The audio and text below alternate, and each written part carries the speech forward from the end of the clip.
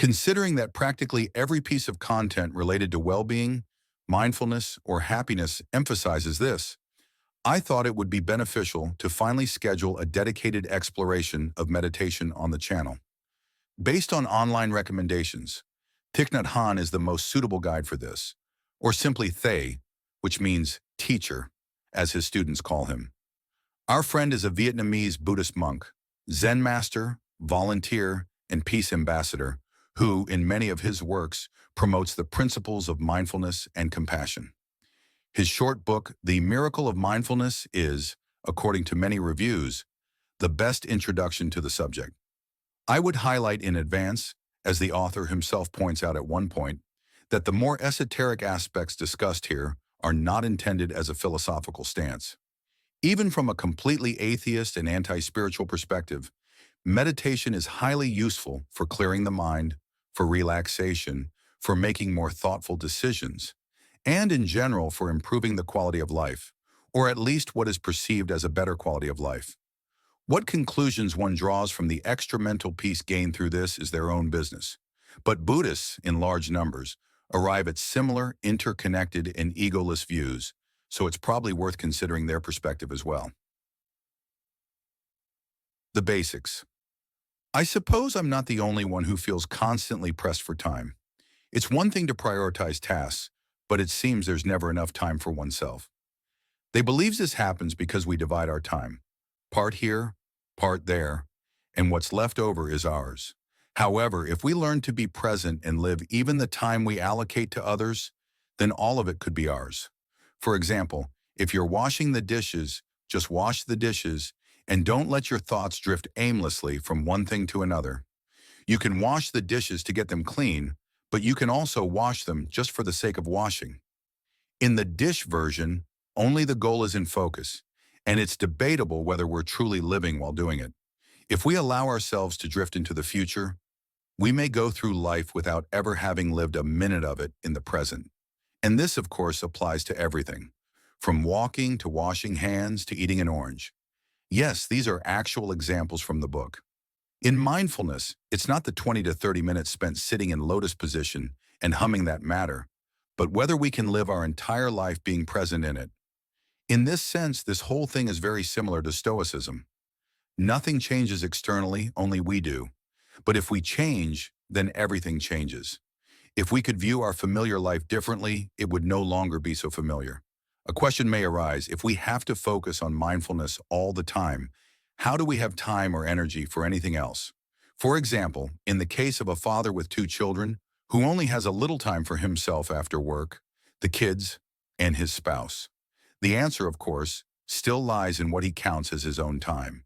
If he considers the time spent with his children, work, or anything else as his own, then in the end, all his time belongs to him. All it takes is to keep the following thought in mind: this is my time too. To make this happen, continuous practice is essential. It's not enough to be mindful only during meditation. For example, even during an argument, each step can be a conscious action through which we experience the present moment.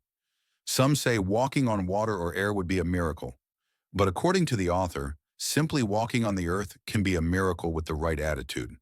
Of course, we could say it's easier for a monk to incorporate such wandering walks, but in Western civilization, we are much busier.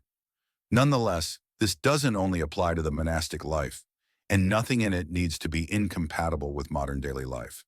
There's no reason why mindfulness should differ from someone devoting full attention to their work, being alert, and using their best judgment. No one is telling us what to do, just how to do it.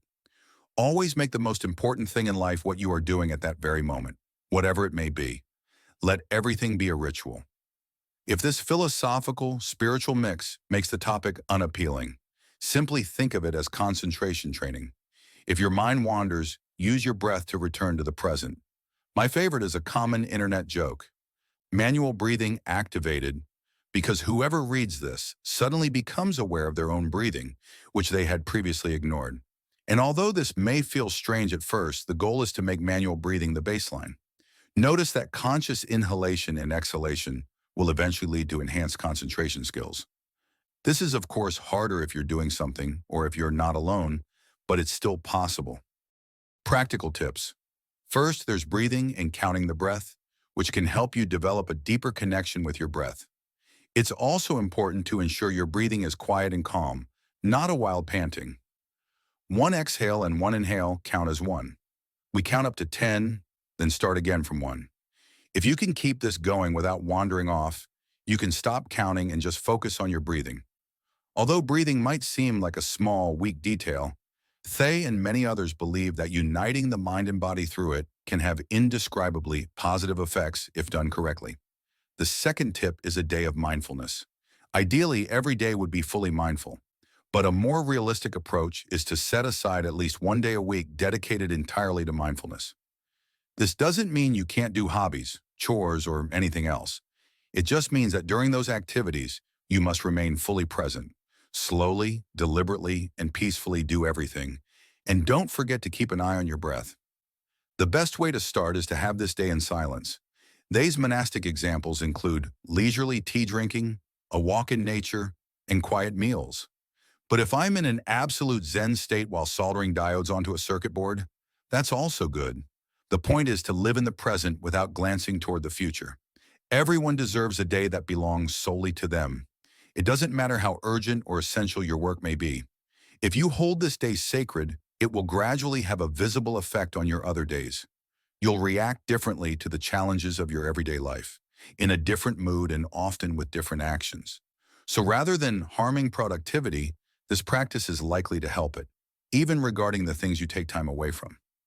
The third tip is the actual meditation practice.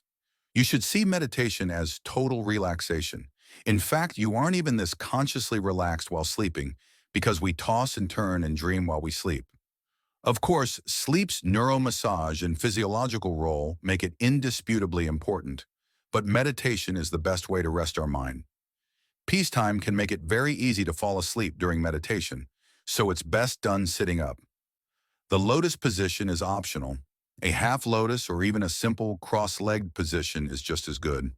What matters is that you maintain a stable posture with your back straight and your head and neck aligned with your spine.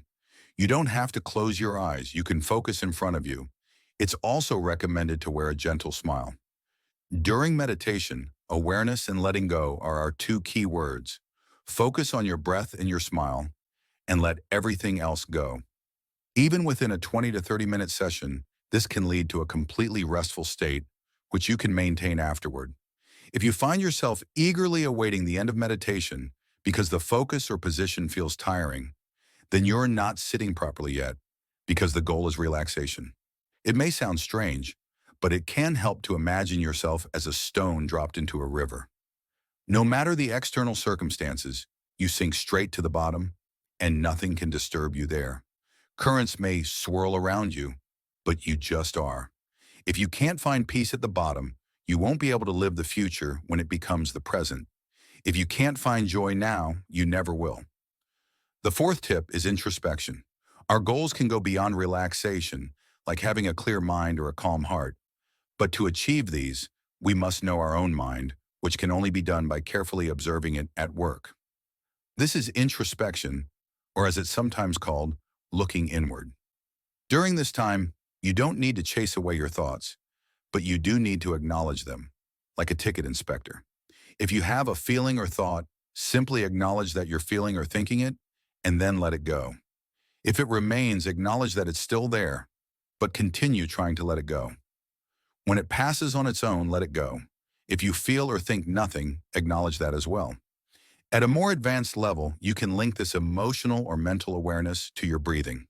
Don't forget, you are observing your own mind. There is no external, objective observer because everything is you.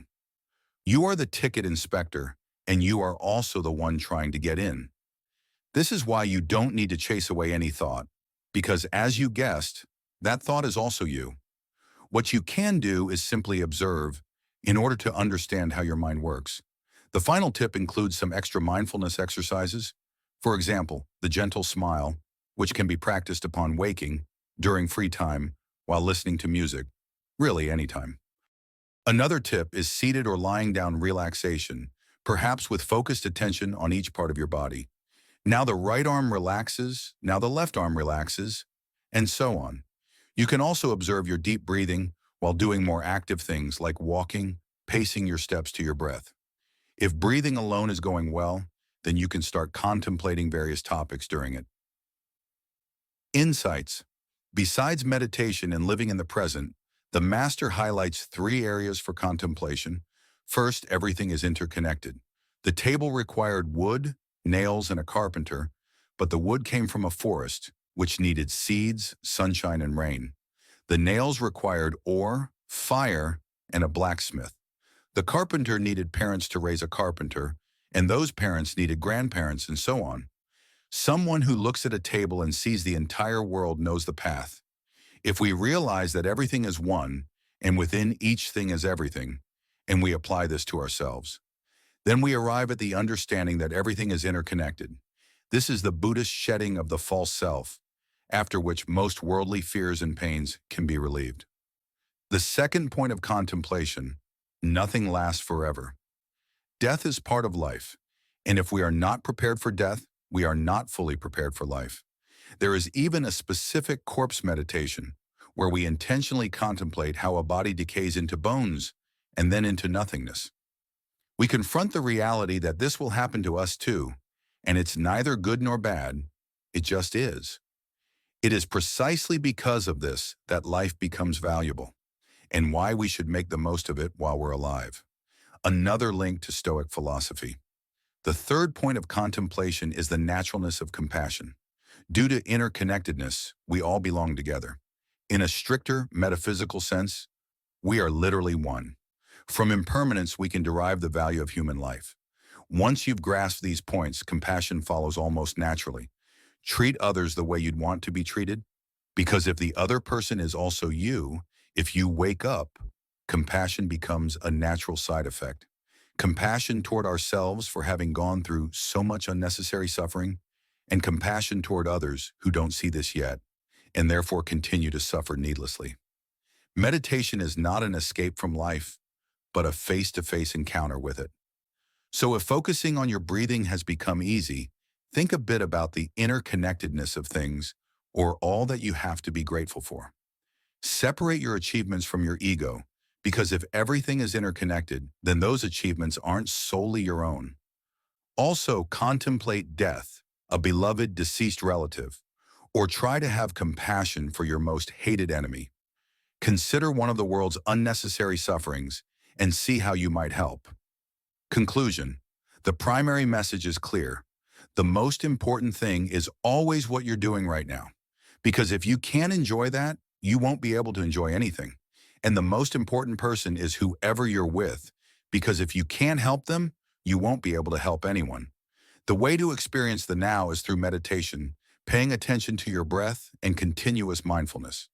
But don't worry, as we've seen, fortunately, you don't necessarily have to spend 2 hours a day in lotus position humming.